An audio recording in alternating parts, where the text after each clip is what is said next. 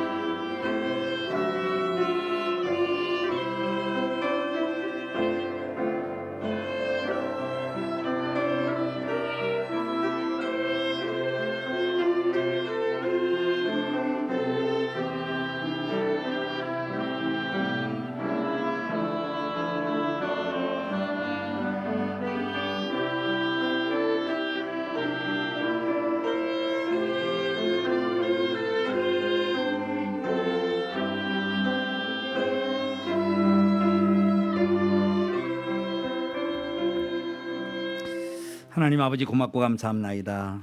추운 날씨에도 우리에게 따뜻한 가정이 있고 집이 있고 또 이 아침에 주님이 차려놓으신 복된 잔치에 가족들이 함께 나오게 하심을 감사합니다.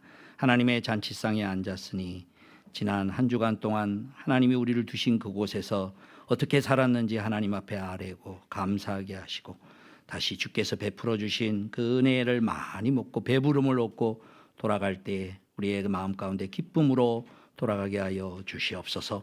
또 한 주간 동안 우리를 두신 그곳에서 하나님의 백성으로 살려고 힘쓰고 애쓰고 그 일에 열매 맺게 하시는 그 열매를 가지고 삶의 향기를 다음 주일날 와서 주 앞에 올려드리는 이 헌금의 시간이 될 수 있도록 축복하여 주시옵소서. 예수님의 이름으로 기도하옵나이다. 성가대에 찬양이 있겠습니다.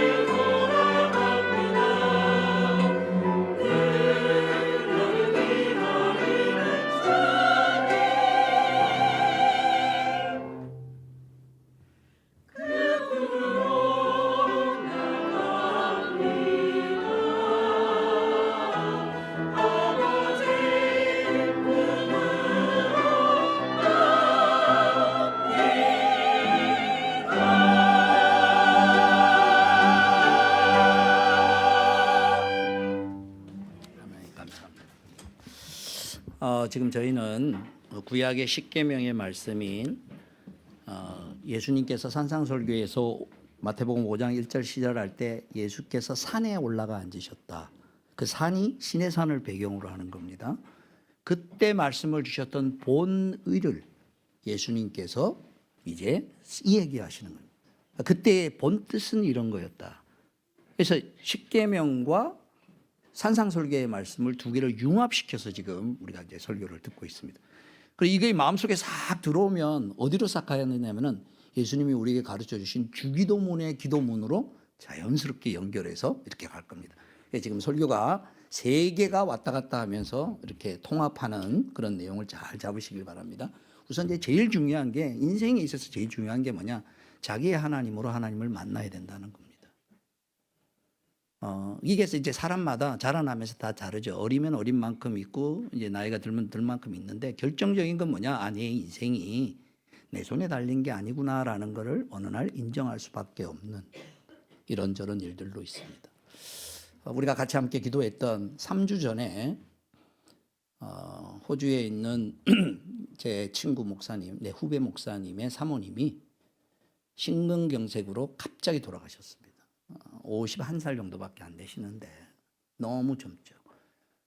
저희 여기 와서 그때 연합 원래 오페라 가수였고 호주에서 오페라 가수였고 이제 목사님이 되어서 아내와 함께 사역을 많이 하고 지난 주간에 장례식이 있어서 이제 줌으로 우리가 이제 장례식을 같이 참여를 했는데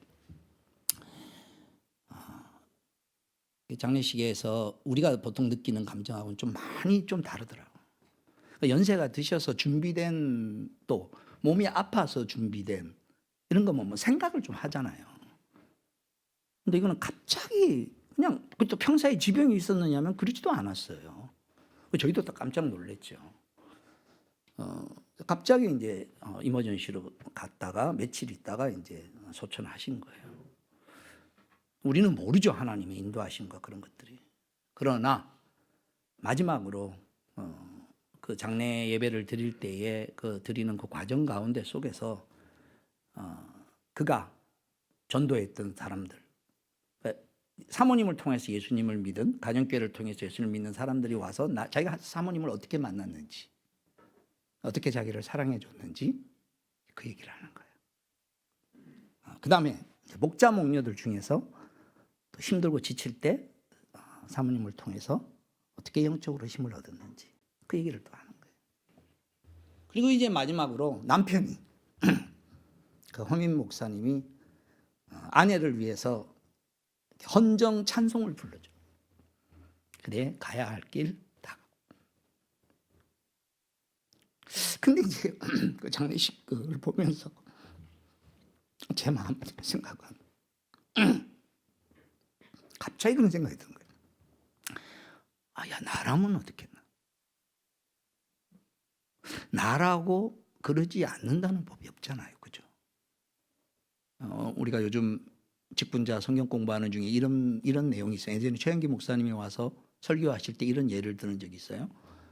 왜 내가 암에 걸렸습니까? 하나님 앞에 이렇게 얘기를 하는데 그 질문이 아니라 거꾸로 질문을 해야 된대요. 왜 나라고 암에 안 걸릴 수 있냐? 그렇죠. 근데 이제 그게 우리는 일상에서는 잊고 있다가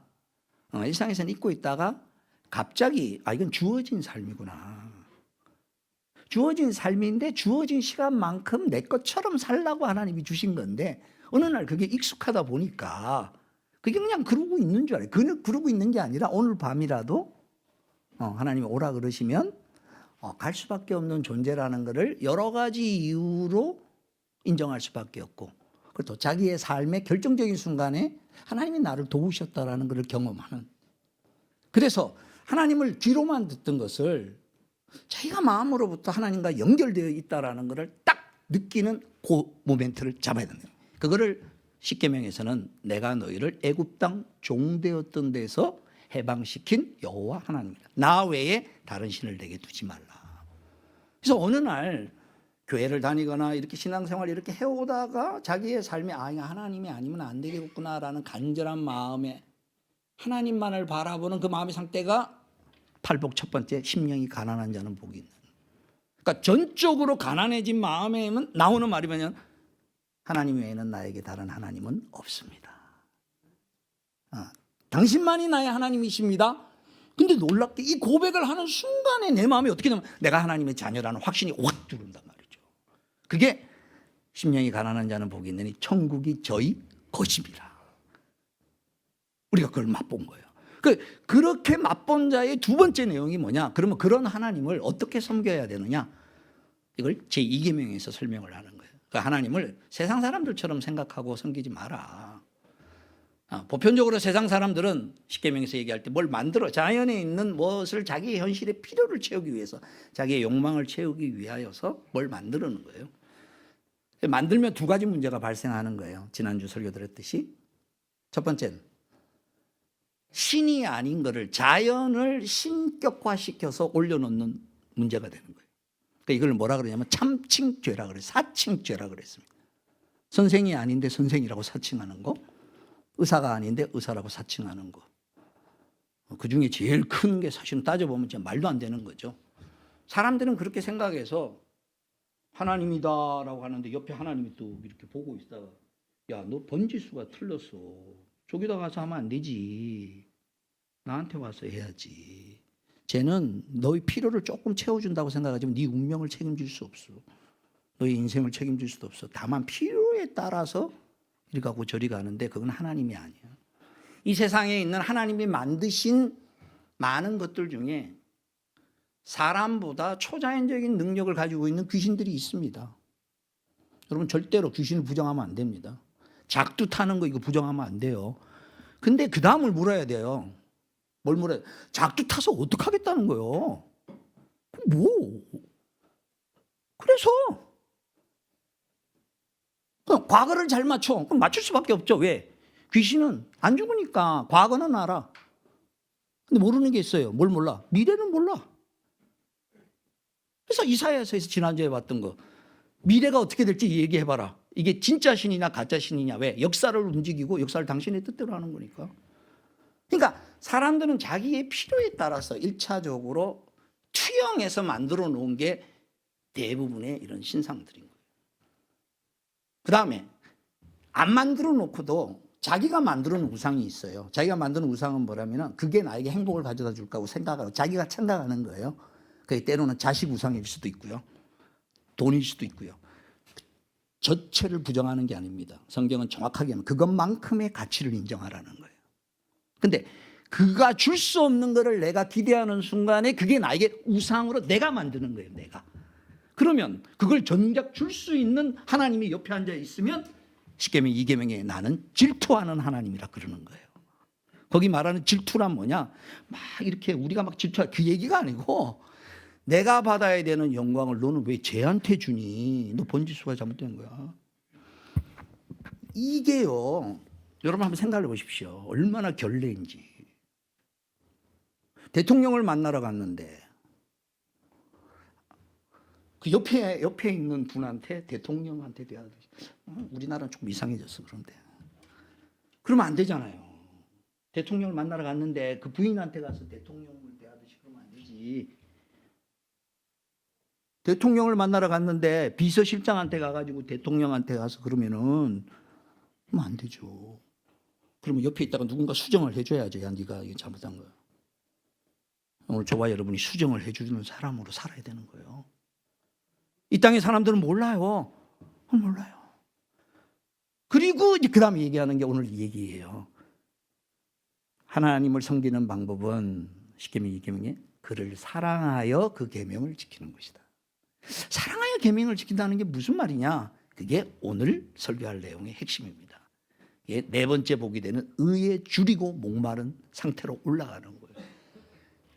줄이고 목마르다는 것은 갈급함을 채워야 되는 어떤 거죠. 근데 이 땅에 있는 모든 것들은요, 채우면 채울수록 허기를 진다는 걸 아십니까? 채우면 채울수록 허전해진다는 걸 아십니까? 처음에 돈이 없어가지고 막 이렇게 막 돈에 막 쪼달리고 뭐 이렇게 그냥 뭐 어음 막아야 되고 뭐 이렇게 카드값 막아야 되고 막 얼마나 힘들어요. 근데 어느 만큼 다 채워졌어. 그럼 감사하죠. 근데 그렇다고 그 만족의 기쁨이 더블로 뛰느냐? 감사는 하죠. 평안은 하죠. 그러나 그것만큼이에요. 왜? 우리 하나님이 우리를 너무 고급하게 지어줘서 우리의 영혼의 상태가 그 정도로 채워져 가지고는 배부름이 없어요. 그거는 소금물처럼 계속해서 우리 인생에 는 그래서 앞에 붙은 게 있어요. 의에 줄이고 목마른 자. 그러니까 의 빼고 의에 갈로 치고 하나님의 의, 하나님의 생각, 하나님의 계획, 하나님이 이루는 방법, 지혜, 하나님께 속한 것 싹 빼고 그 안에 무엇을 넣어도 배부름은 없습니다. 자, 그러면 뭐냐? 하나님께서 우리에게 가르치는 거예요.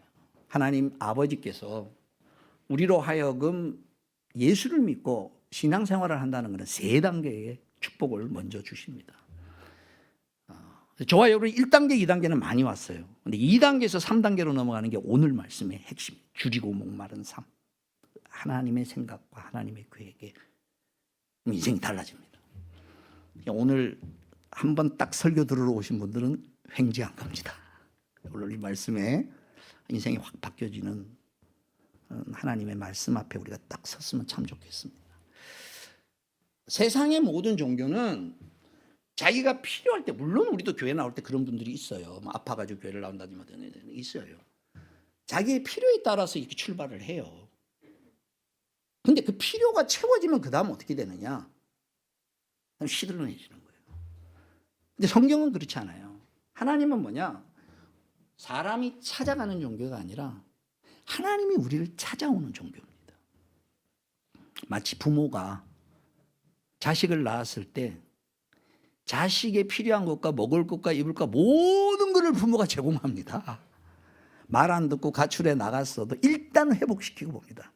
그래서 지난주 설교했듯이 기독교는 뭐냐? 처음 예수님 만나면 뭐냐? 한없이 그의 필요를 체험을 받는 겁니다. 현실의 필요든 정신적인 것이 됐든 외로운 것이든 뭐든 하나님 가리지 않습니다. 누구든 하나님 외면하지 않습니다. 심지어 원수라 할지라도 그가 돌이켜 하나님 도와주세요 하면 도와주시고. 왜? 당신의 자녀니까. 당신의 자녀와의 관계성 속에 있습니다. 그러면 보십시오. 부모가 자녀를 위하여 준비합니까? 자녀가 부모를 위하여 준비합니까? 어릴수록 부모가 자녀를 위해 준비하죠. 그걸 멋지게 보여준 게 하나님께서 이게 진짜 신이야, 이게 진짜 부모야 라고 첫 번째로 보여준 사건과 스토리가 뭐냐? 에덴 동산에서 아담과 하와를 처음 만났을 때 하나님이 예비해 놓으시고 그에게 채워주신 내용들입니다. 그래서 하나님이 처음 사람 만나서 어떻게 했느냐? 그 원리를 그대로 오늘 저와 여러분의 삶 가운데 하나님은 그대로 행하십니다. 아담을 대하듯이 저희들을 그렇게 대한다는 거예요. 자, 첫 번째가 뭐죠? 에덴 동산을 다 만드시고 난 다음에 그 다음에 공통되는 말이 있습니다. 축복하시고 복 주시기로 작정하셨다는 겁니다. 그러니까 잘 되기를 바뀌었. 그럼 우리 자녀에 대한 하나님의 마음이죠. 우리가 우리 자녀들에 대하여서 잘 되기를 바라는 마음을 가지죠. 그러니까 그 마음에 그러니까 어떤 행동을 하느냐 안 하느냐, 그 다음에 꾸짖기를 하느냐 뭘 하느냐랑 상관없이 그 모든 거는 통칭해서 초점이 뭐냐면 그가 복되기를 바라, 잘 되기를 바라는 거예요. 그러니까 잘 되기를 바라는데 채워지는 순서가 뭐냐? 첫 번째, 자, 첫 번째 하나님을 우리에게 주시는 겁니다. 하나는 우리의 필요를 채우시는 분이시다. 현실적인 분. 그래서 에덴 동산에 먹을 것과 마실 것과 보기에 좋고 먹기에 좋은 모든 것들로 가득 차게 하셨다. 생육하고 번성하고. 그러니까 쉽게 말해서 삶의 기본적인 것들이, 물론 아담은 좋은 상태에서 출발, 우리하고는 달라요. 유일하게 이 땅에서 피조물로서 결혼할 수 있는 나이로 딱 태어난 게 아담과 하와입니다. 나머지 모든 사람은 어린애부터 자라고 이렇게 가는 거예요. 그리고 유일하게 태어나자마자 어떤 직업을 가야 될지도 딱 하나님으로부터 부여받은 것도 아담과 하와입니다. 그래서 첫 번째, 오늘 예수님을 믿고 신앙생활을 하는 걸 통하여서 저와 여러분 한번 돌아보십시오. 이미 저와 여러분 많이 경험하고 있습니다. 그리고 이게 필요한 사람들에게 이걸 저와 여러분이 채워줘야 합니다. 먼저 내가 체험받은 사람으로서 첫 번째 채워지는 건 뭐냐? 돌보아 주는 겁니다. 하나님이 그를 돌보아 주는 겁니다. 먹을 거 있으면 먹을 거 없으면 먹을 거 먹이고, 외로우면 같이 있고 채워주고. 그래서 첫 번째 그가 경험하는 건 뭐냐? 돌보시는 하나님을 경험하는 겁니다. 그 돌보시는 하나님을 경험하는 가장 좋은 하나님이 만들어 놓으신 방법이 뭐냐? 부모를 통하여 자녀들이 공급받게 하나님이 패밀리 시스템으로 만들었다는 겁니다. 그래서 아이들은 어려서 태어나서 나를 먹이시는 분이 있고, 나랑 놀아주는 분이 있고, 나의 필요를 예비하는 분이 있고, 내가 잘못하면 나를 혼내는 분이 있고. 그래서 어릴 때 이렇게 우리가 훈육하고 우리가 하는 거는요, 하나님을 대행하는 겁니다. 왜? 내 자녀는 내 자녀이기도 하지만 궁극적으로는 내가 걔와 가까이 있는 것보다 걔와 하나님이 더 가까이 있습니다. 이걸 아셔야 됩니다.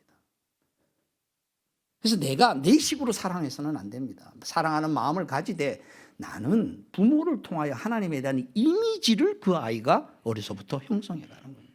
나를 돌보시는 분이 있고, 나를 채우는 분이 있고, 나를 징계하는 분이 있고, 그래서 나이가 들어서 이제 드디어 나를 그렇게 인도하시는 하나님을 찾게끔. 첫 번째 채워주셨습니다. 두 번째 채워주신 말씀이 뭐냐? 자, 창세기 2장으로 가보죠.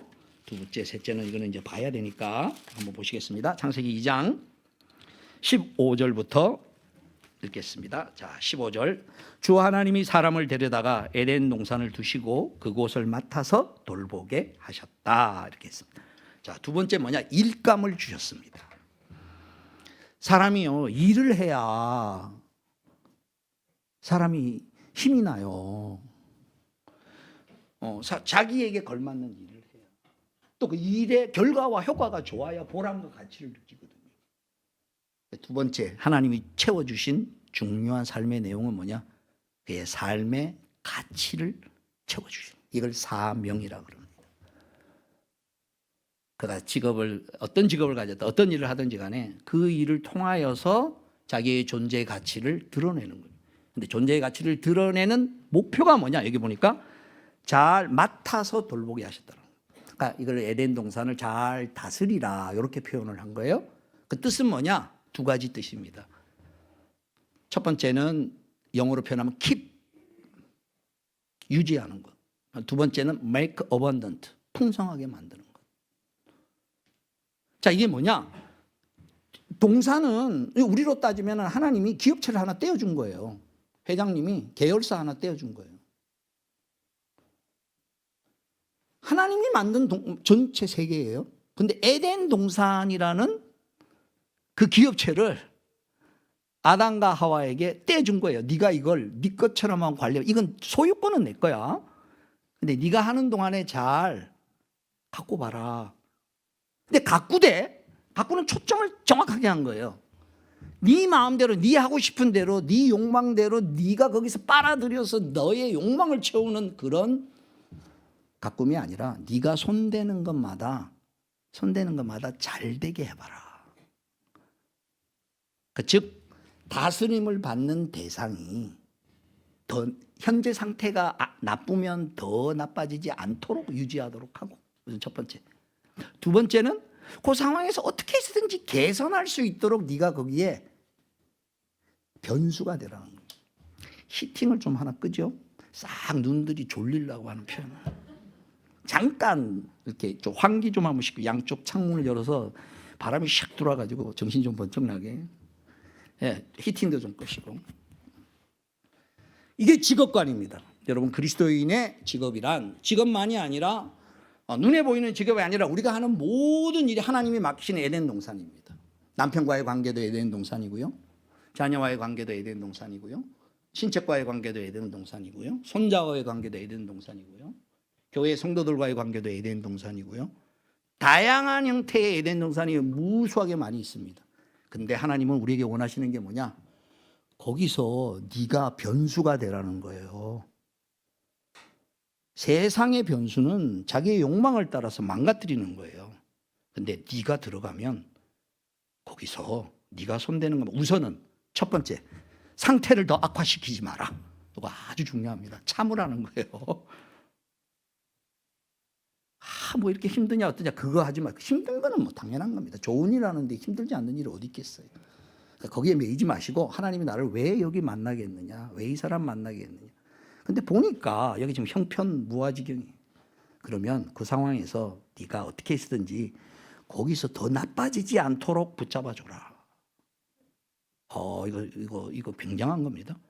그리고 가만히 살펴봐서 저 사람이 저 상황에서 저분이 저 형편에서 조금 나아지려 그러면 내가 할 수 있는 일은 뭘까를 생각해서 하라는 거예요. 그러니까 나의 존재의 의의가 내가 손대는 것이 복이 되도록. 왜?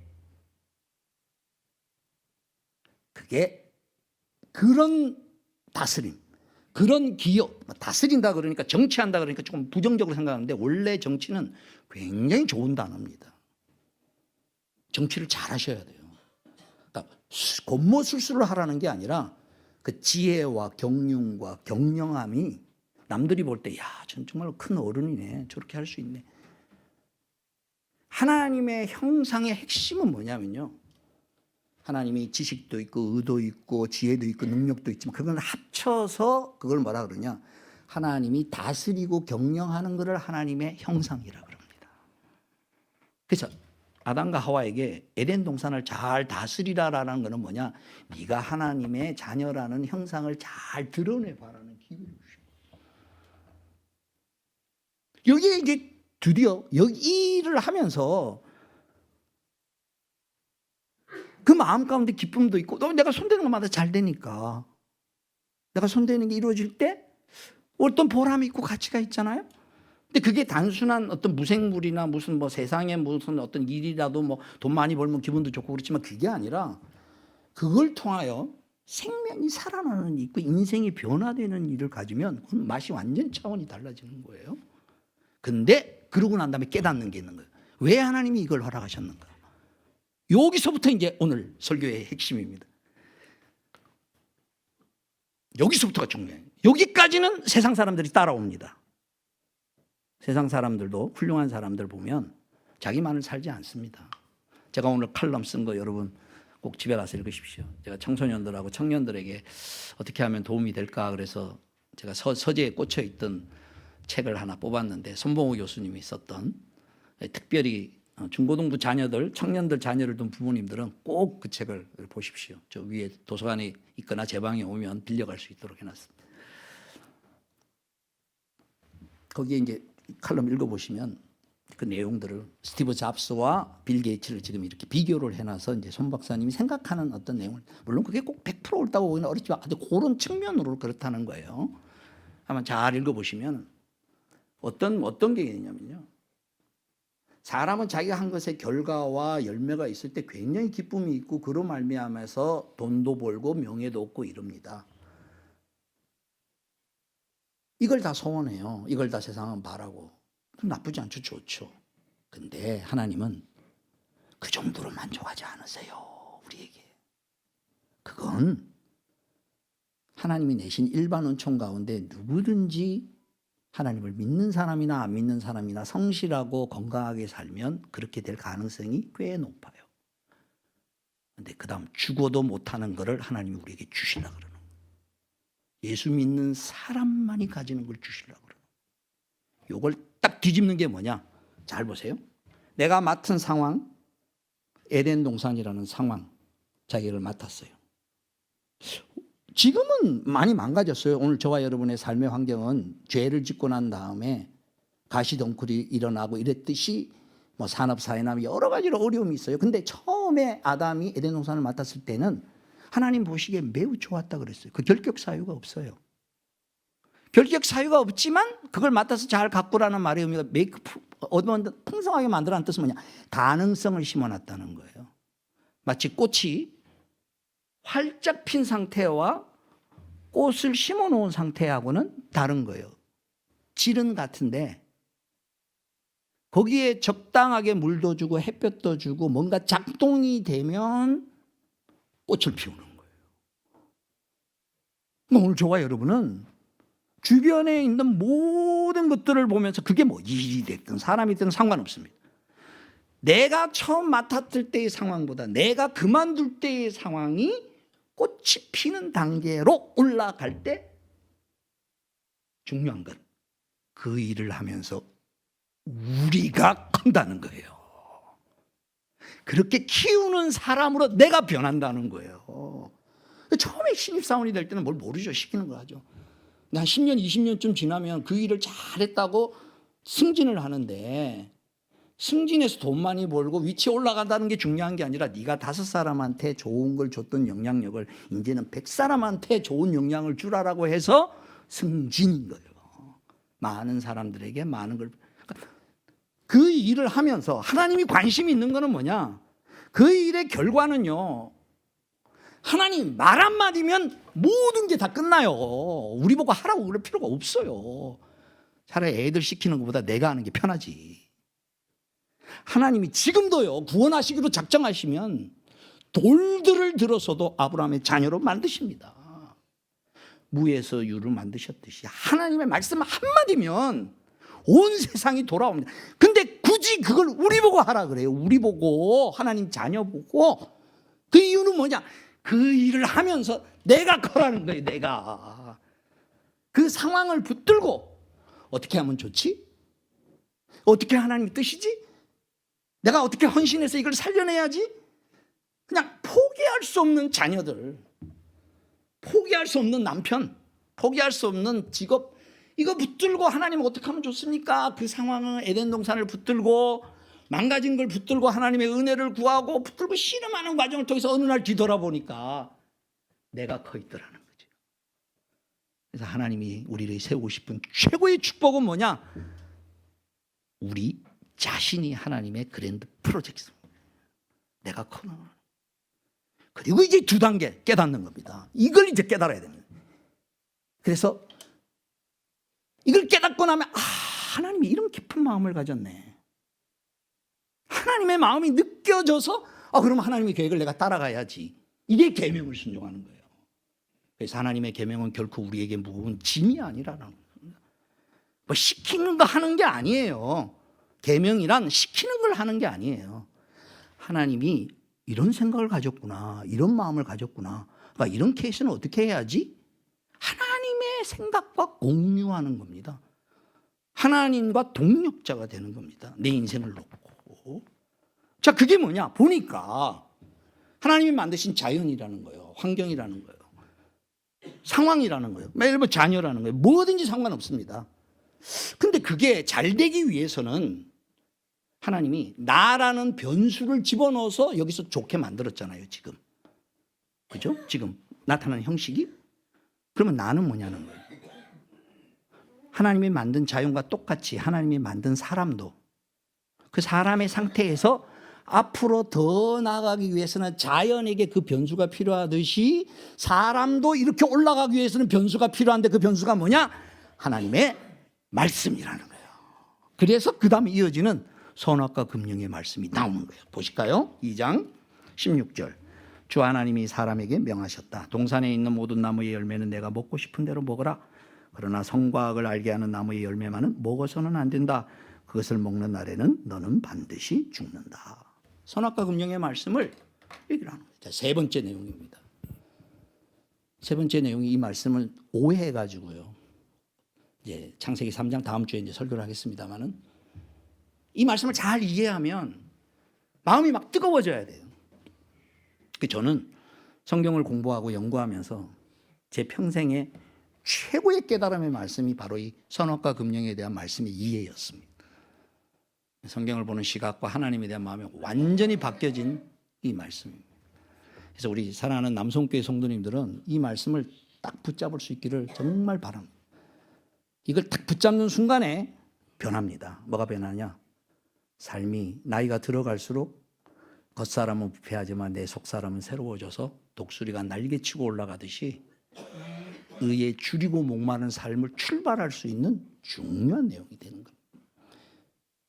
하나님이 어떻게 하면 내가 하고 있는 일들 가운데 속에서 이렇게 잘 되게 됐는데, 그러면 너도 이제 그 만물처럼 좋은 방향으로 가야 된다는 거예요. 사람이 어떻게 지금 만들어졌고 위치가 어디 있는지를 하나님 말씀해 주신 거예요. 아담과 하와는 처음 태어났을 때 살 수도 있고 죽을 수도 있는 가변성의 생명이었어요. 우리하고는 달라요. 우리는 태어나자마자 죽습니다. 근데 아담과 하와가 이때 하나님 말씀 듣고 하나님이 하라고 하지 말라고 했으니까 내가 안 해야지라는 그의 태도를 가졌으면 계속 사는 거예요. 따먹지 말라 그랬는데 따먹었잖아요, 그거를. 제가 자주 말씀드리면 따먹은 게 뭐 대수예요. 그 뭐 사과처럼 생긴 거 뭐지 어떻게 생겼는지 모르지만 그 대수 아니에요. 문제는 그렇게 하지 말라라고 한 그분을 어겼다는 게 문제죠.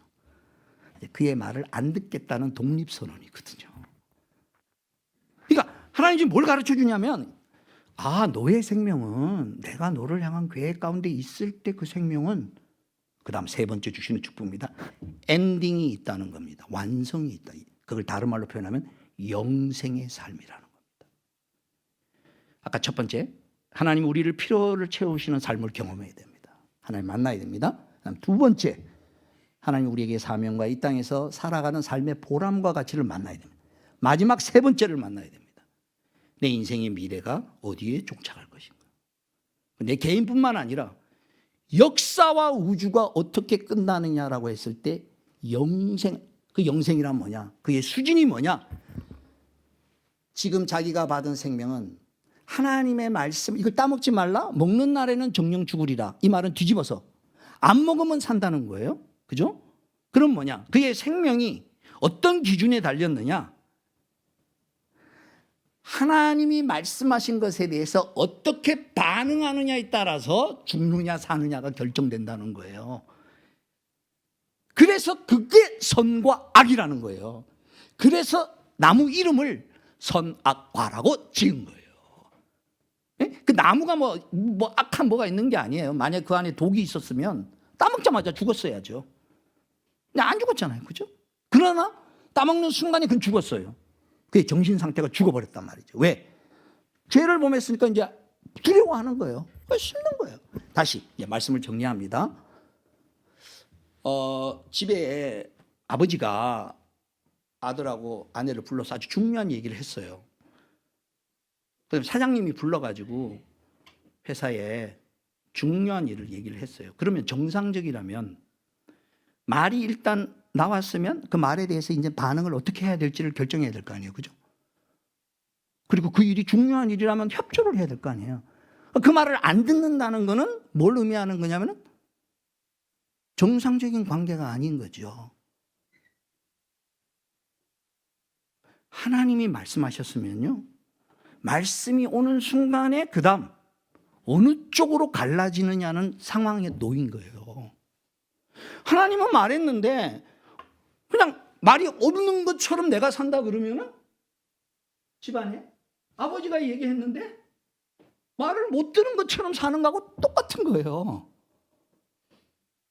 그러니까 오늘 저와 여러분이 성경 말씀을 배우고 이렇게 할 때 이 내용이 뭐냐? 그냥 뭐 성경이 계명이 있다 이게 아니고, 요 말씀을 하신 하나님의 의도가 뭐냐? 하나님 마음은 어떨까? 하나님이 어떤 뜻이지? 이런 것들이 들어오는 순간에 이게 이런 걸 원하셨구나. 그 지금 뭐냐? 하나님이 아담을 만들어 놓고, 야 너는 지금 지원받은 멋지게 지원받았어. 근데 이 자리에 머무르지 말고 여기서 점점점 너는 하나님의 말씀을 늘 지키는 수준으로 올라갈 거야. 근데 그 출발이 뭐냐? 먼저 하나님이 하신 말씀에 대하여서 지키는 것부터 시작을 하는 거다. 안 따먹는 것부터 시작하는 거야. 그러니까 자기가 앞으로 결정하고 생각하고 말하는 모든 게 예수님처럼 우리가 이제 변화되어 나갈 건데, 우리가 나중에 구원을 얻을 완성에 이르렀을 때는 아담의 수준으로 가는 게 아니에요. 아담과 하와는 타락했잖아요. 그러니까 그가 무음하게 지음을 받았지만 그의 상태는 뭐냐? 이쪽으로도 갈 수 있고 저쪽으로도 갈 수 있는 상태인데 그러지 말고 여기 확 올라오라는 거예요. 그러니까 예수 그리스도를 믿고 구원이 완성됐을 때 우린 다시는 떨어지지 않는 거예요. 그럼 이제 오늘 저와 여러분의 삶은 뭐냐? 어느 쪽을 줄이고 목말라야 되냐면은, 여러분 지나온 신앙생활을 하면서 오늘 이 말씀을 들으면서 참 저도 회개를 많이 했습니다. 여러분 막 성경 공부하면서 하나님의 얘기를 들으면서 막 가슴 뜨겁고 막 마음이 절절했던 그런 시절들이 있으시죠. 지금 보면은 신앙의 연조도 짧고 그랬는데 지금은 어떠세요? 왜 이렇게 냉랭해졌습니까? 그리고 좀 스스로 돌아볼 때 이건 아닌데 좀 그러지 않으세요?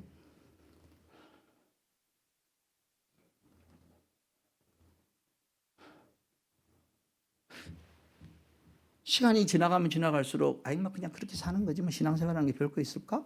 이 정도세요? 그러면 그때 그 상태가 뭐냐?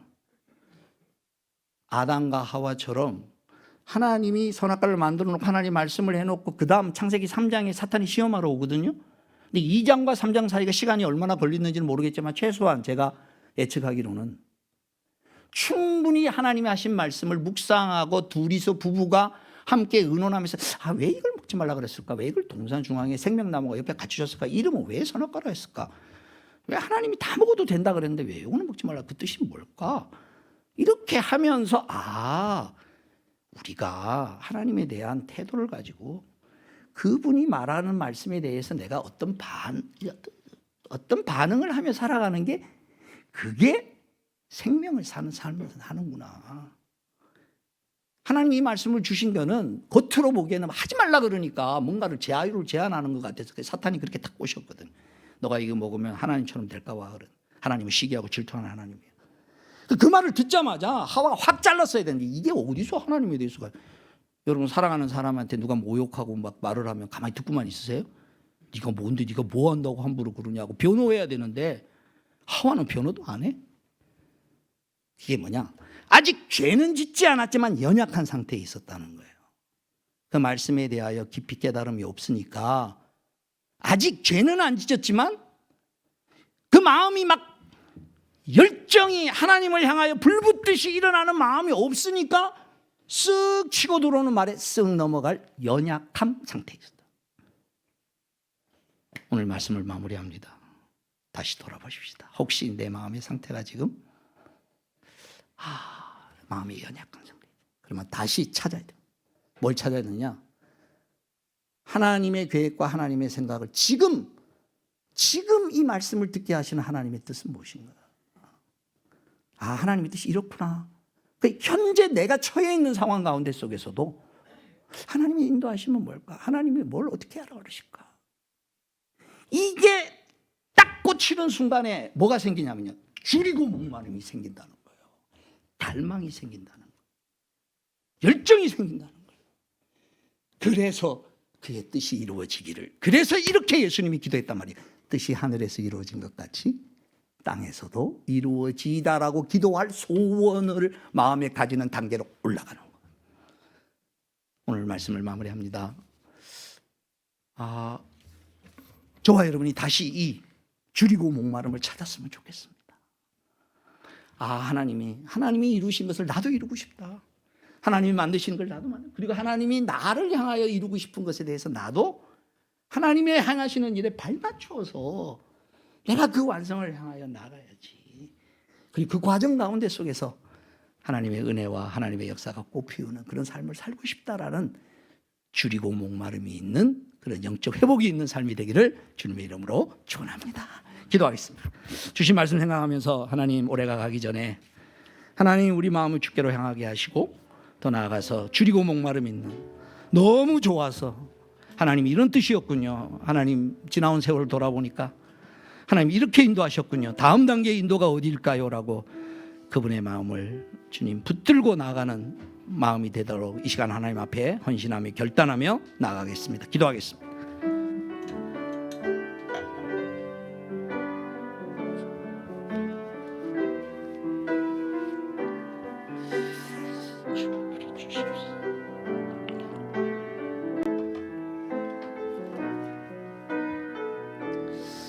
아버지 하나님,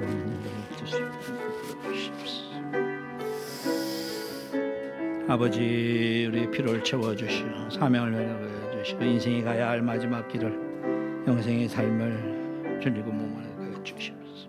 우리 구주 예수 그리스도의 구속의 은혜와 하나님 아버지 크신 사랑과 성령이 교통하시고 함께 하시며